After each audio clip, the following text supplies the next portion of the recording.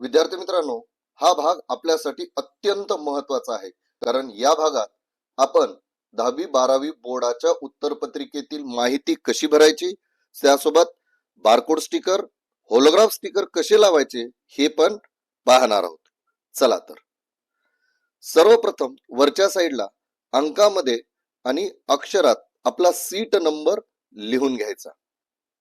मग तो मराठीतही चालेल आणि इंग्रजीतही. त्यानंतर विद्यार्थ्यांनी आपली स्वाक्षरी करायची. त्यानंतर आपल्या वर्गावर जे पर्यवेक्षणासाठी आहेत ते आपली स्वाक्षरी करतील.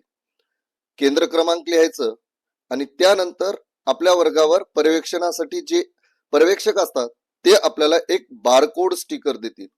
बारकोड स्टिकर चिटकवण्याच्या अगोदर आपला seat number, sticker number, subject code आणि सेंटर कोड व्यवस्थित आहे का हे एकदा नाही दोनदा व्यवस्थित पाहून घ्यायचं. आणि पेपर संपायला येण्याच्या एक 10 ते 15 मिनिट आधी आपल्याला या पद्धतीनं एक स्टिकर दिल्या जाईल. ते स्टिकर आपण व्यवस्थित चिटकवून घ्यायचं. यानंतर सुरुवातीला सब्जेक्ट कोड तर आता राहिले नाहीत. त्याच्यानंतर जे विषय देत आहात तो विषय एक डमी देतोय मी.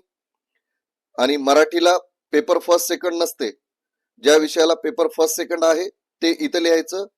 दिनांक लिहायची आणि उत्तर लेखनाची भाषा जी आपल्या हॉल तिकीटवर आहे ती इथं लिहायची.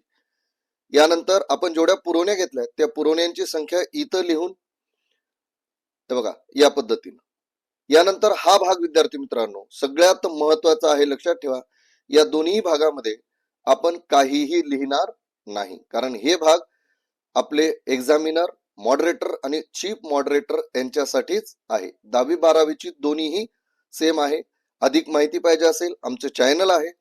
त्याचबरोबर मराठी, हिंदी, संस्कृत, इंग्रजी, त्यानंतर गणित, विज्ञान, इतिहास, भूगोल या सर्व विषयांचे बोर्ड पॅटर्न प्रमाणेचे लाईव्ह सेशन आणि त्यांच्या लिंक तुम्हाला खाली डिस्क्रिप्शन मध्ये आहेत.